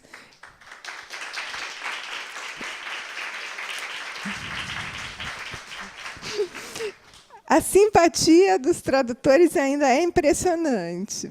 Bom, mas sem cuja competência teria sido inviável, impossível a realização deste seminário. Então, muito obrigada novamente. Daqui a pouco eu entrego à cônsul e aos tradutores a lembrança da universidade.